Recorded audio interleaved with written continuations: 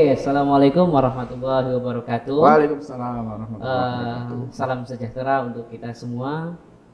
Om Swastiastu, Namo Buddhaya, salam kebajikan. Alhamdulillah kita bisa podcast ya untuk pada siang hari ini. Saya sendiri Muhammad Cipto Sugiono sebagai host ya. Saya dosen Teknik Industri Fakultas Teknik dan Ilmu Komputer. Background saya di manajemen logistik dan supply chain, dan di depan saya ada narasumber kita Bapak Sofik Lutfianto STMT, ini selaku Kaprodi Teknik Industri UPS Tegal. Untuk podcast pada siang hari ini dengan tema Industrial Engineering Making Better. Jadi ini adalah slogan slogan jurusan Teknik Industri ya di Fakultas Teknik dan Ilmu Komputer. Bapak Sofik Lutfianto, kegiatan selain dosen mungkin ada kegiatan di luar Pak, selain menjadi dosen maupun wirausaha?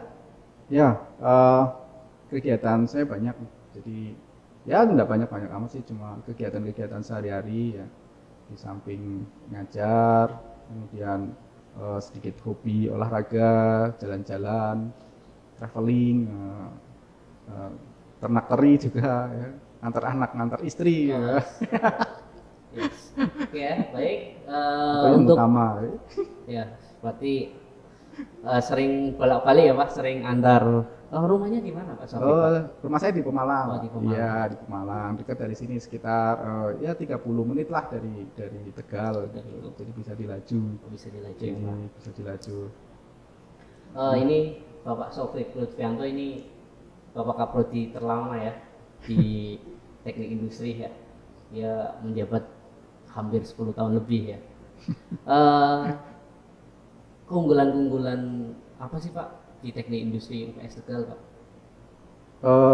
Ya mulai dari periode pertama saya menjabat itu awal tahun 2011 itu kita memang masih akreditasinya masih C, masih C. Kemudian kita mencoba menstimulus supaya akreditasi kita itu menjadi lebih baik, terutama di tahun 2016. Alhamdulillah prodi kita, Prodi Teknik Industri Universitas Pancasakti Tegal itu bisa menjadi akreditasi B.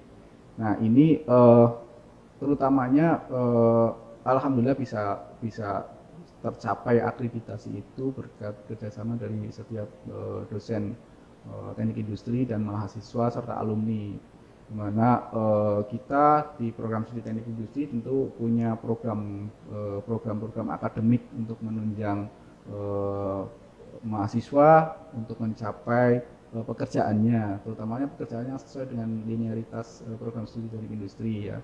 Jadi kita punya konsentrasi, terutama konsentrasi ada konsentrasi manufaktur, kemudian ada ergonomik dan K3, dan yang terakhir itu ada manajemen industri. Nah, di ketiga konsentrasi itu memang punya punya ciri khas masing-masing, terutama untuk bidang-bidang konsentrasi pilihan mahasiswa.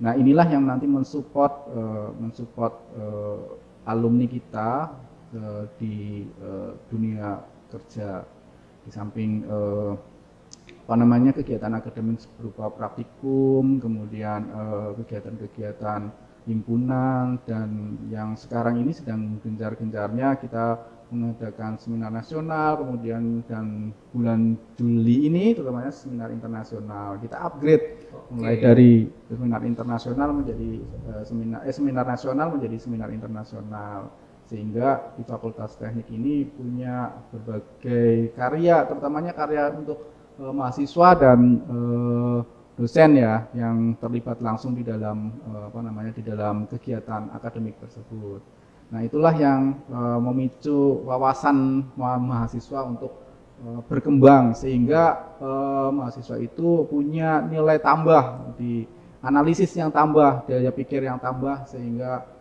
bisa menunjang karir ketika nantinya lulus seperti itu. Oke, berarti wah sangat bagus ya Pak. Jadi tadi ada bidang konsentrasi ya, ada manajemen industri, ada manufaktur dan ada ekonomi ya Iya. Pak. Berarti di lain sisi teknik industri itu kan juga belajar dari sisi teknik, dari sisi manajemen, dari sisi akuntansi. Iya, betul Mungkin sekali. kalau orang di luar itu sering bilang bahwa teknik industri itu sering kali merebut lahan pekerjaan jurusan lain ya Pak. Jadi seperti itu ya. Jadi mungkin eh,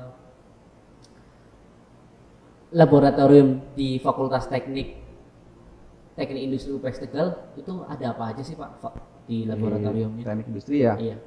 Ya, teknik industri itu di awal perkuliahan, terutamanya di semester 1, 2 itu kita belajar tentang mendesain itu berarti ada gambar teknik, kemudian menggambar teknik ya, maksudnya menggambar teknik itu di secara konvensional, kemudian dengan menggunakan komputer seperti itu. Nah, kemudian dari proses desain tersebut kita bisa langsung beradaptasi di proses manufakturnya di semester 2. Nah, proses manufaktur ini ada secara konvensional dan CNC. Nah, CNC kita ini masih CNC mini kecil ya, kecil untuk education ya.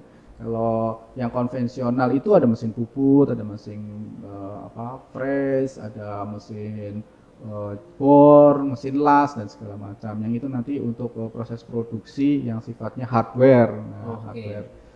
Kemudian di semester berikutnya, semester 3, 4 itu ada mata kuliah praktikum-praktikum yang bersifat analisis seperti statistik dan operational research, operational optimasi. Nah, itu kita beraplikasinya di penerapannya di software ya, di software. Kemudian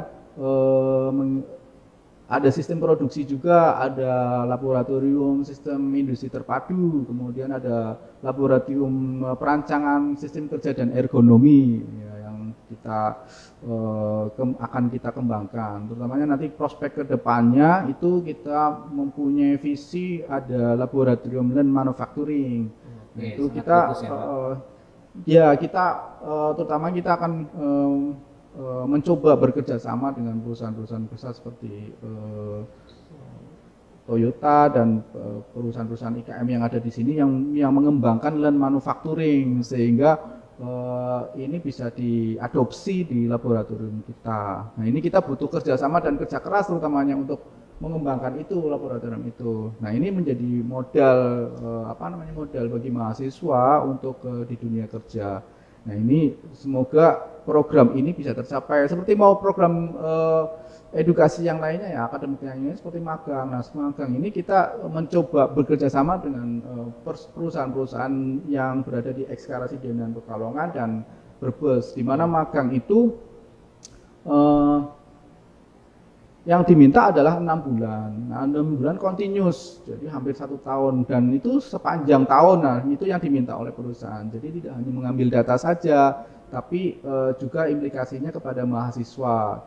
Implikasinya kepada mahasiswa dan perusahaan. Perusahaan punya tenaga kerja yang disuplai oleh perguruan tinggi dan mahasiswa punya pengalaman bekerja di sana. Nah, ini akan kita kembangkan lagi nih, menjadi sebuah sebuah magang yang untuk pengalaman kerja alumni. Nah, untuk pengalaman kerja alumni, di mana alumni itu nanti di kurikulum vitae sudah ada pengalaman magang, sehingga ketika bekerja di CV-nya sudah tercantum seperti itu. Oh, berarti sudah bagus ya persiapan di program studi teknik industri UPS Tegal ya, Pak.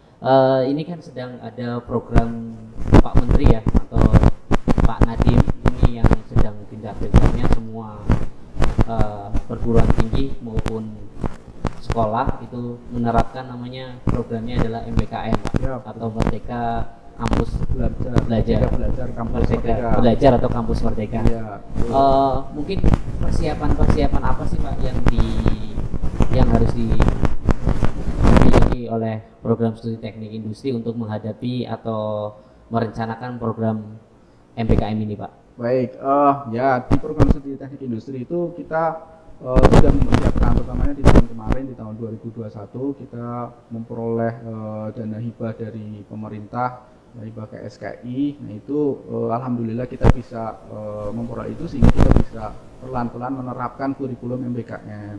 Nah yang sudah kita terapkan itu diantaranya satu KKN tematik, itu kita sudah menerapkan MBKM, dan ini juga prosesnya masih berlangsung ya, masih berlangsung. Kemudian magang 6 bulan ini juga kita terapkan pada saat tahun 2021 dan tahun 2022 ini kita terapkan magang MBKM, di mana mahasiswa magang selama 6 bulan dan dikonversikan menjadi 20 SKS. Nah, kemudian pertukaran mahasiswa. Nah, pertukaran mahasiswa ini sangat unik karena kita alhamdulillah berhasil mendapatkan mahasiswa atau inbound ya, inbound dari Unisula, kemudian dari Unidar, dan kita juga dapat dari internal sendiri seperti program studi manajemen, kemudian hanya manajemen saja ya kalau kita ya.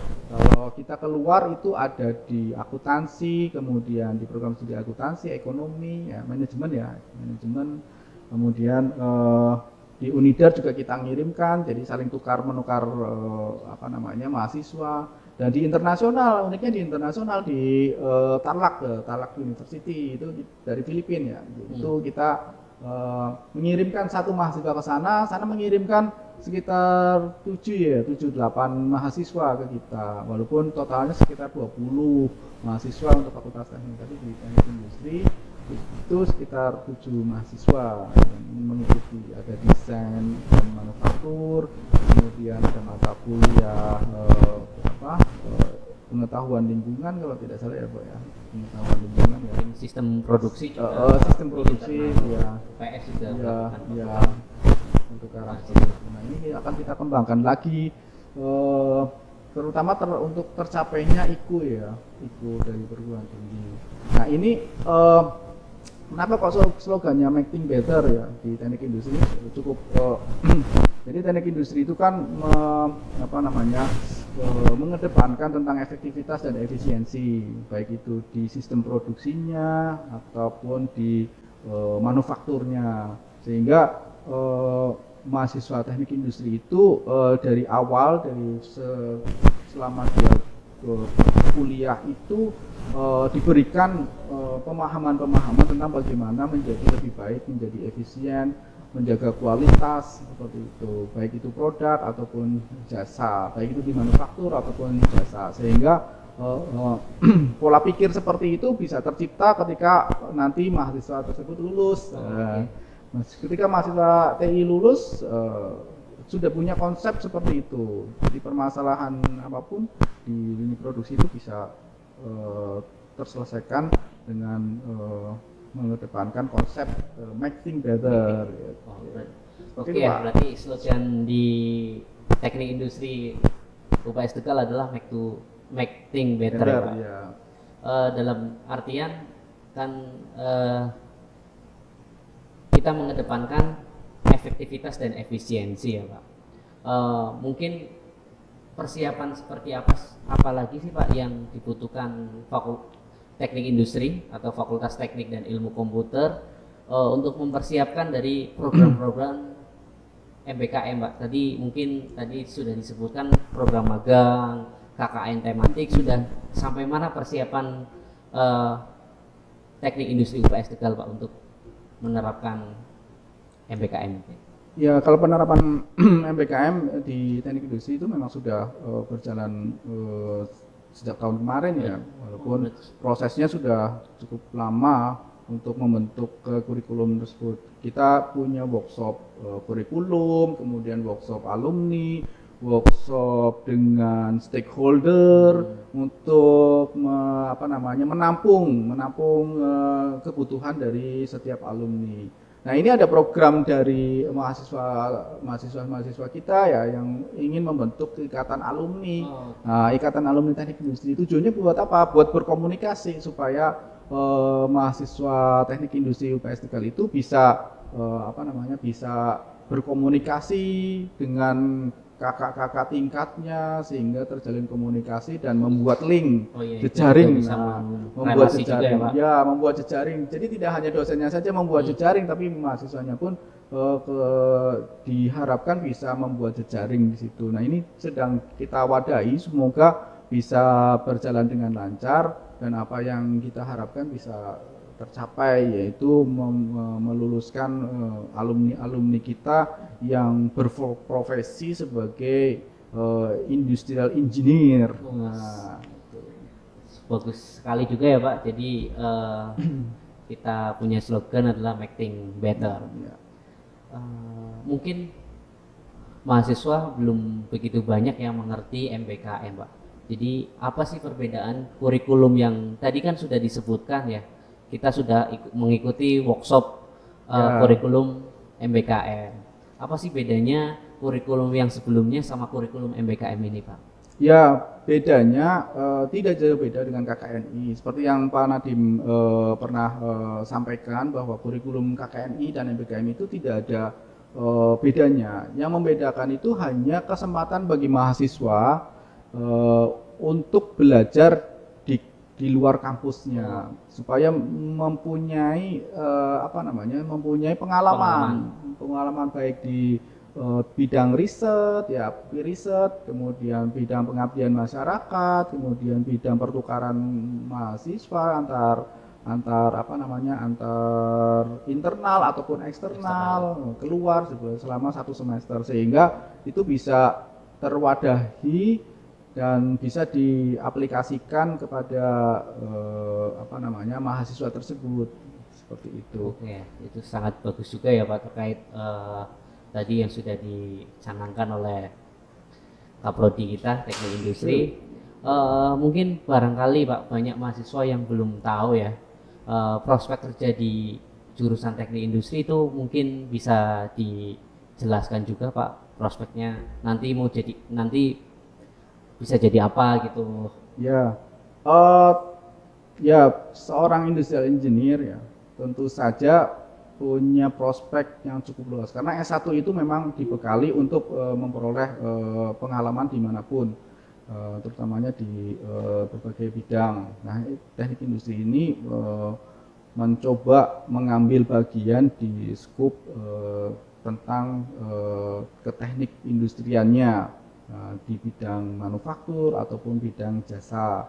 Nah, itu bisa terutamanya perkembangan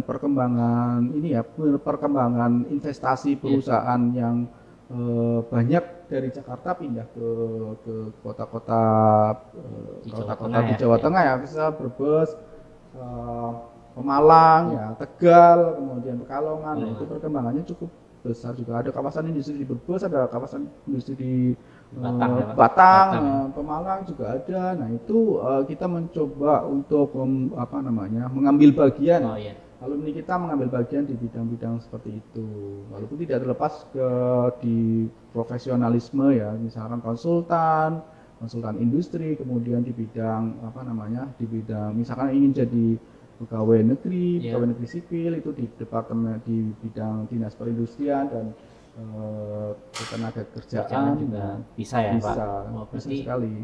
Sangat luas sekali ya. Jadi prospek kerja lulusan teknik industri juga bisa bekerja di bidang produksi, bisa bekerja di bidang jasa ya, bisa sebagai konsultan juga. Jadi mungkin ini adalah kesempatan ya yang sangat bagus untuk bergabung di jurusan teknik industri UPS Tegal ya Pak. Iya. Mungkin ikut dosen-dosen di jurusan teknik industri ada berapa ya Pak? Sampai saat ini tercatat ada 6 dosen. Ada 6 dosen, termasuk Pak Cipto yang paling baru ini. Iya. Berarti grace ya. Iya, fresh graduate. Tapi pengalamannya sudah banyak ya Pak Cipto ya. Dulu juga pernah jadi konsultan ya. Juga pernah hampir 2 tahun Pak. Iya. Wah, luar biasa. Dulu membantu Pupuk Indonesia Group. Gitu. Sekarang di teknik industri. Mungkin teknik industri yang selama ini mengikuti tren ya Pak, banyak juga sih alumni teknik industri yang bergabung di BUMN, karena kelebihan teknik industri itu adalah berpikir sistem ya Pak. Iya, betul. Mungkin bisa mengintegrasikan dari 5M+1E itu ya Iya, Pak. betul sekali.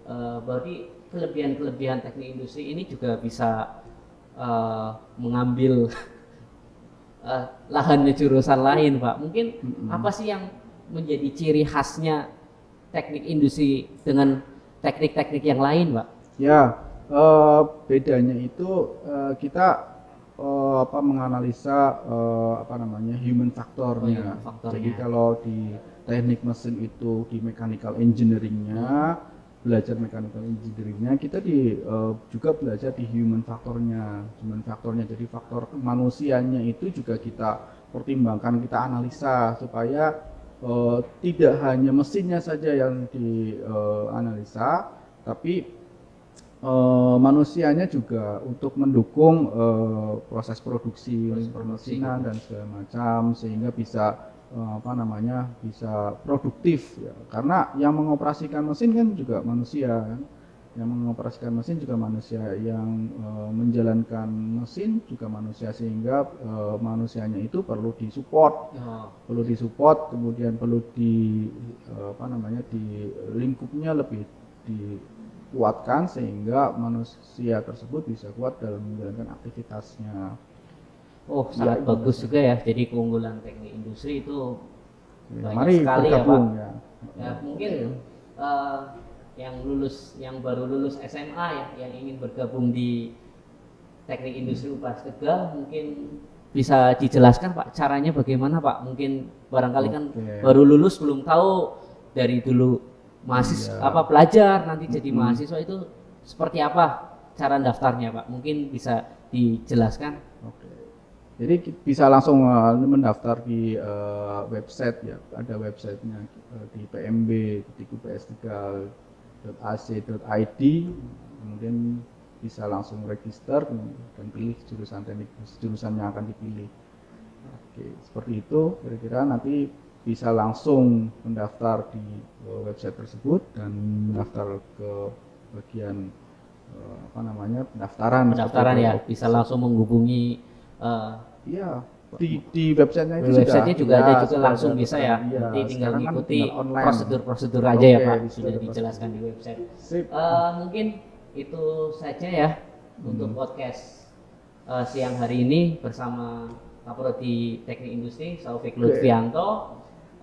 Mungkin nanti bisa bertemu selanjutnya ya Pak dengan topik-topik yang lain. Jadi untuk slogan Teknik Industri Fakultas Teknik dan Ilmu Komputer adalah Industrial Engineering Make Things Better. Mungkin itu saja yang bisa berbincang-bincang. Saya akhirin. Wabillahi taufiq wal hidayah. Wassalamualaikum warahmatullahi wabarakatuh. Waalaikumsalam warahmatullahi wabarakatuh.